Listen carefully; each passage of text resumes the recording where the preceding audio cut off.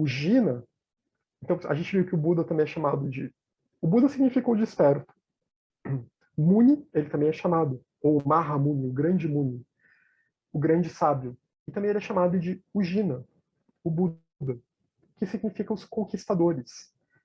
O Jina, o Buda, proclamou as 6 lembranças. Buda, Dharma e Sangha, que são as 3 joias, né?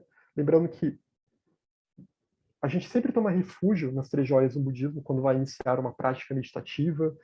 Existe o voto mais formal da tomada de refúgio também, quando a pessoa quer realmente se comprometer com uma dedicação, com uma Mahayana, né? Um voto que ela pode fazer num centro, mas que ela pode fazer consigo própria, como a gente viu no Lamrim Mo também. E a joia Buda é a joia que vai representar tanto o Buda nesse aspecto, né, desse ideal a ser alcançado, desse ser desperto que gerou a roda do Dharma e deu esses ensinamentos, e a gente buscar se conectar com tudo isso, mas também significa o potencial de Buda dentro de nós, né, a natureza Buda presente dentro de nós. O Dharma é o ensinamento, a gente pode pensar aquilo que vai dar sustentação. A palavra Dharma significa sustentação em sânscrito. E o que vai nos dar a sustentação para que a gente consiga chegar a esse estado de Buda? São os ensinamentos. Essa é a verdadeira sustentação.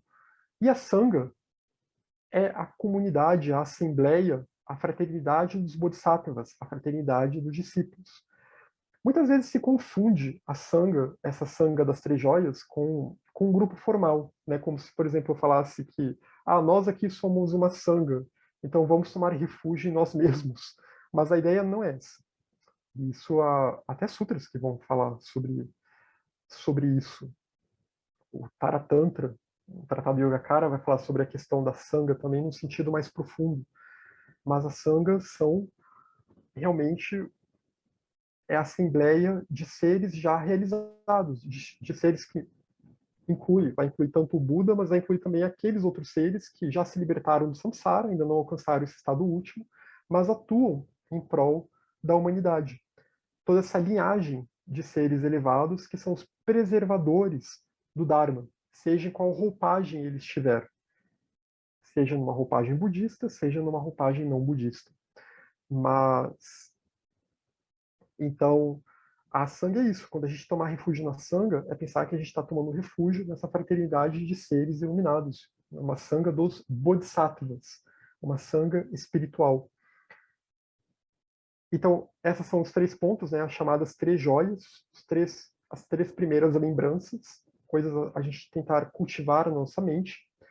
E os outros pontos aqui vão incluir a generosidade, dana, a harmonia, shila, que são paramitas, né, estão dentro daquelas 6 paramitas, 6 ou 10 ou 7, vai variar, mas geralmente são apresentadas como 6. A harmonia aqui, que eu acho que no texto que eu mandei para você está com moralidade, que eu falei, eu não gosto dessa tradução, porque moral é uma coisa cultural ligada ao costume. E a harmonia é realmente nós estamos em harmonia com o fluxo natural das coisas.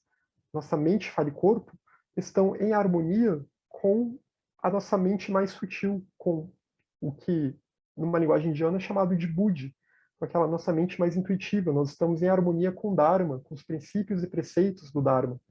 Nós estamos em harmonia com o compromissos que a gente pode ter realmente adotado com nós mesmos sobre metas espirituais e daí por diante.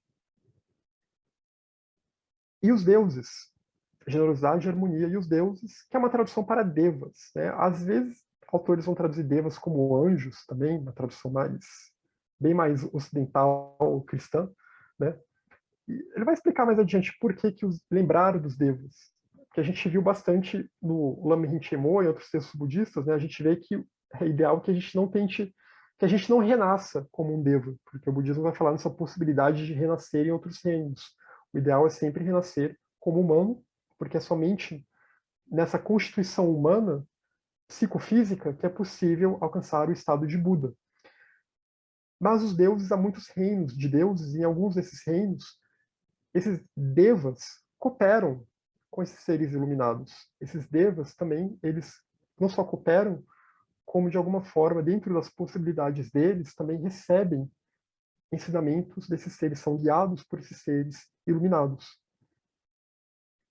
Isso a gente até vê em outras literaturas também, né? Para quem acompanha outras literaturas que vão trabalhar com a teurgia, com a invocação de anjos e daí por diante, mas daqui não é deuses no sentido de idolatria, né? Ficar idolatrando deuses e daí por diante. Não é nesse sentido.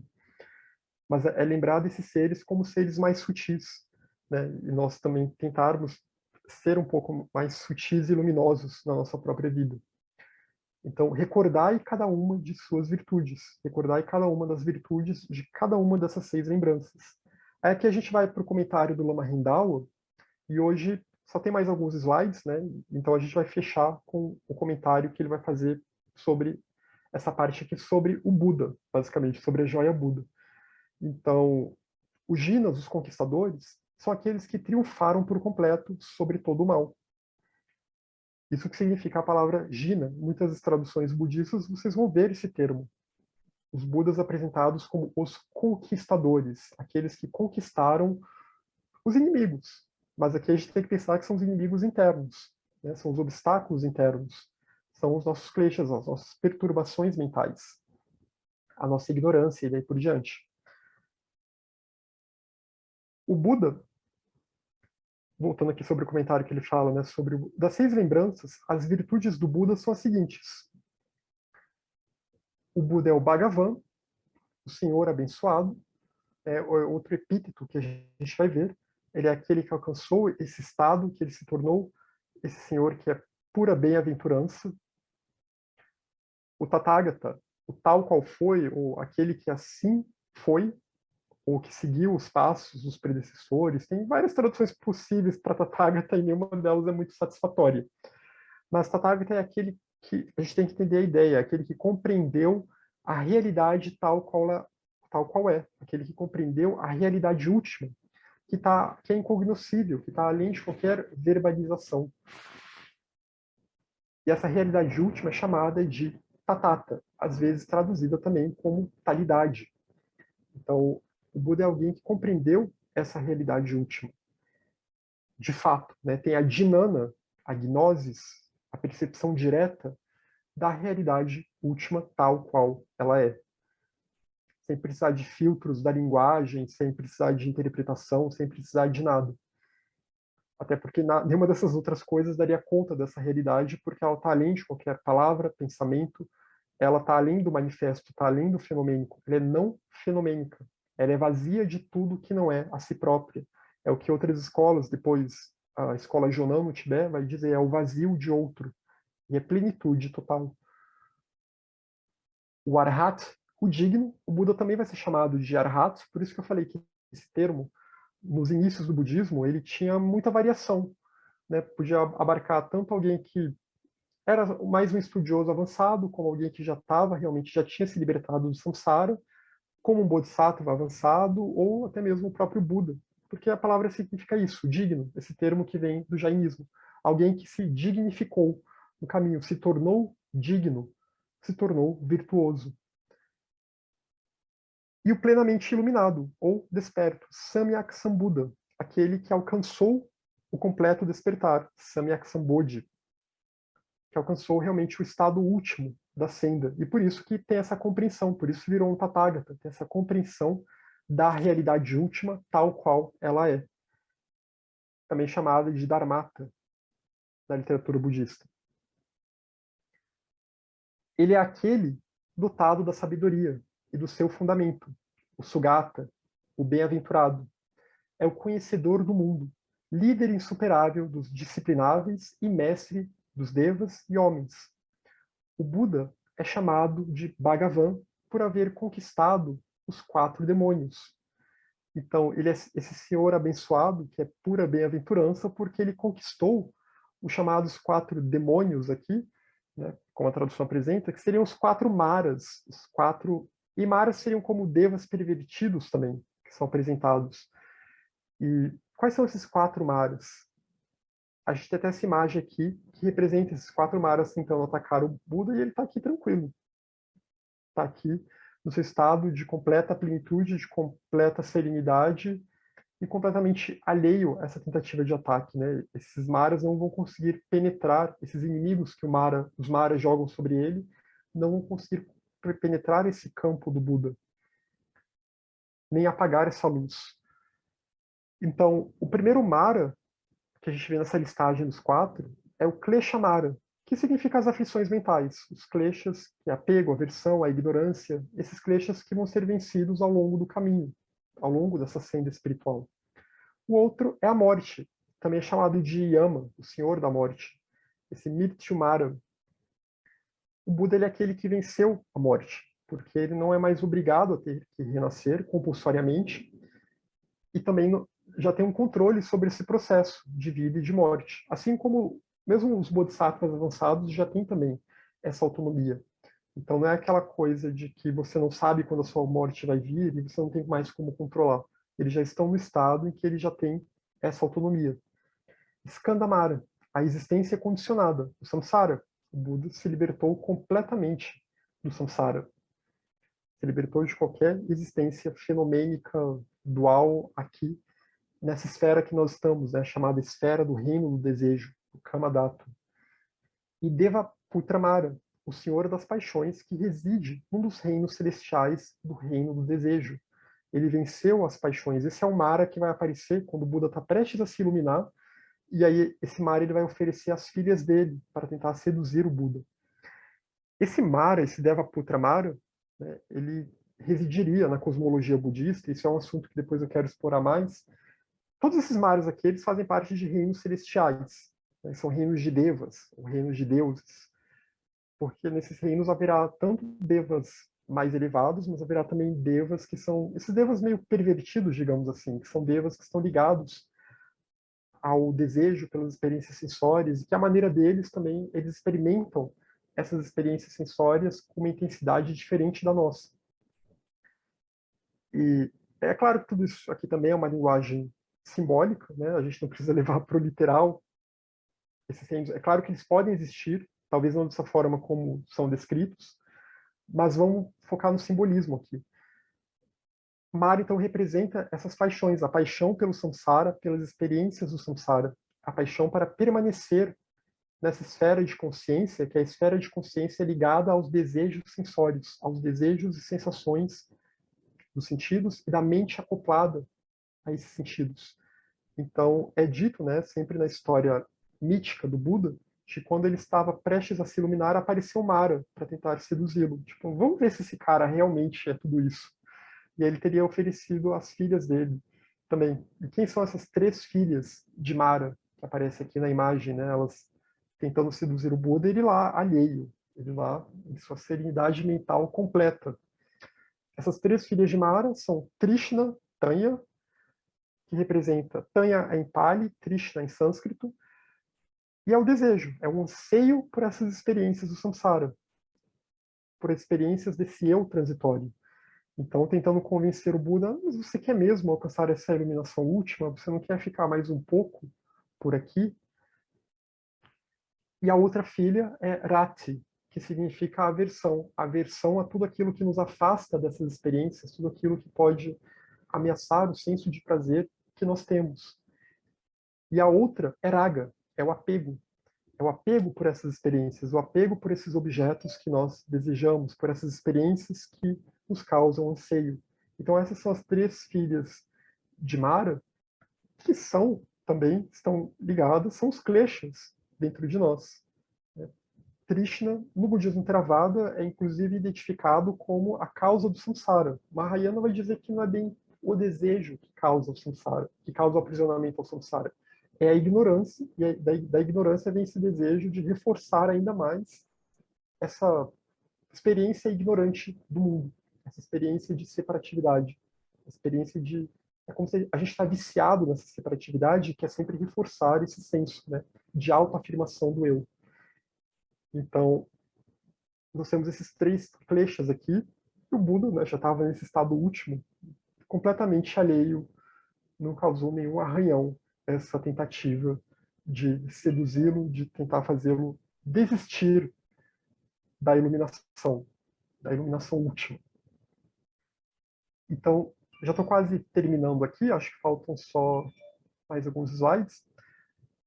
O Buda ele é chamado de Tathagata, reforçando, porque alcançou a compreensão da realidade das coisas. Tathata é chamado de Arhat, o digno, porque derrotou o inimigo das aflições mentais, Kleshavarana, ou porque é digno de veneração. Veneração aqui não como idolatria, mas como aquele ideal a buscarmos. É chamado de Sugata, porque alcançou o estado sublime e dele não decairá. Ele se tornou o bem-aventurado. Por isso que é o Sugata. Sugata está muito ligado a esse estado de bem-aventurança, de êxtase supremo. É chamado de plenamente iluminado porque compreendeu todas as coisas de forma verdadeira e infalível. É dito que um dos poderes do Buda é a onisciência, porque é uma mente que compreende todos os fenômenos. É dotado de sabedoria, pois possui a sabedoria prajna e o seu fundamento, Shila, que é a harmonia, e Dhyana, que é a plena atenção.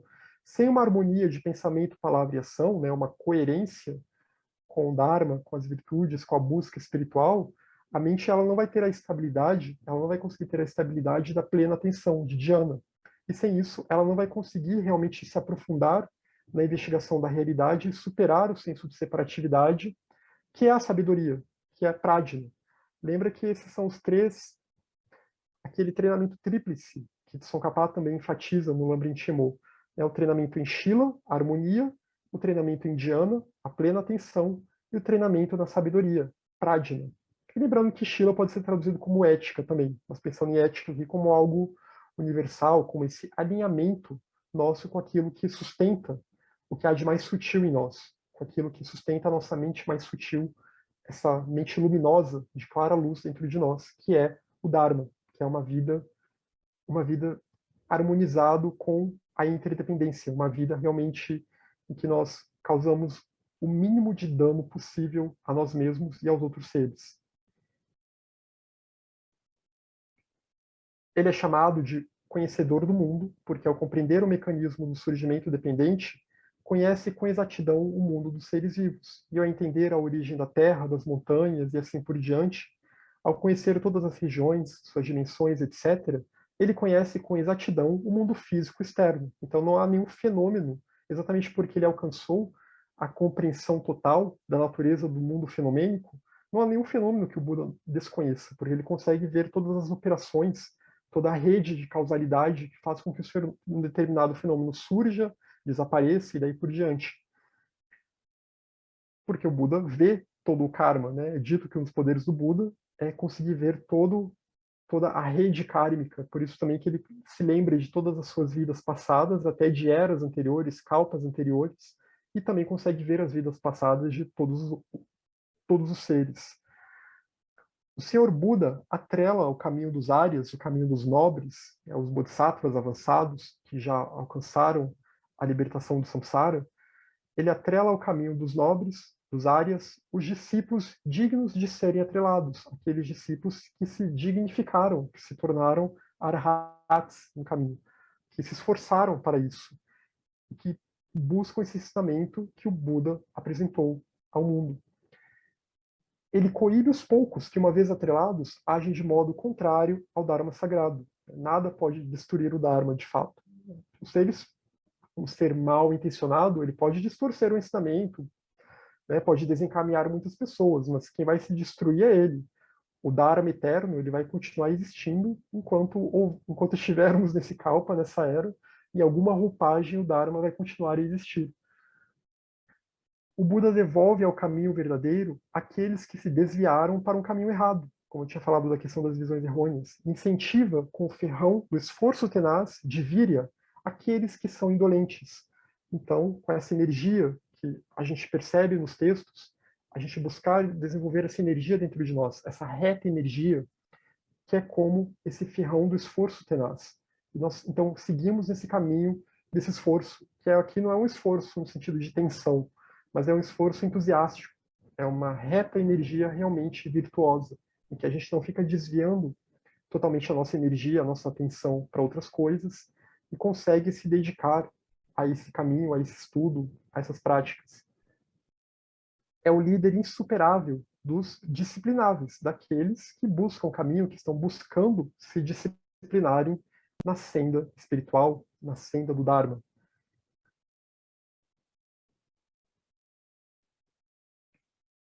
O contingente principal de discípulos é composto por deuses e homens, dado que são recipientes adequados para o caminho da liberação. Infelizmente, os animais não têm uma mente desenvolvida, uma constituição psicofísica desenvolvida que possibilite que eles realmente consigam ter alguma compreensão do Dharma, muito embora os animais tenham também seus sentimentos de amor e compaixão e tudo mais, mas não vão conseguir ter essa compreensão da realidade. Os deuses, apesar de ser dito que a mente deles também é muito mais etérea e não tão sutil, não tão concreta quanto a mente humana, né, que é necessário ter um pouco de mente concreta aqui para compreender a realidade, para ir para a análise, eles também conseguem, de alguma forma, cooperar com o Buda e com os Bodhisattvas, como eu tinha falado antes.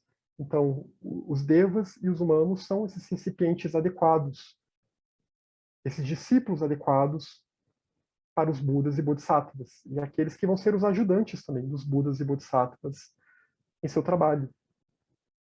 Dado que o Buda lhes ensina o Dharma de acordo com as suas aspirações, ele é o mestre de deuses e homens, o mestre de devas e homens. E dois outros epítetos, além desses epítetos, né, que são geralmente mencionados, o Lama Rindawa lembrou de dois outros. Né? O primeiro é o Buda, por si só, a palavra Buda, que é o desperto porque acordou do sono da ignorância, a vidya. E ele também é o plenamente desenvolvido, Anuttara Samyak Sambodhi, porque sua mente se expandiu até o ponto que abarca todos os objetos de conhecimento. Então, aqui reforçando aquela ideia de onisciência. Né? Ele atingiu completo despertar, que é também um completo despertar último. Essa palavra Anuttara significa último. E por isso ele é dotado dessa onisciência, Sarva Dhinata, essa dinana absoluta. Né? Ele vai ter essa veste da sabedoria absoluta, da percepção direta de tudo, que é o Dhinanakaya, como se diz em outros textos budistas.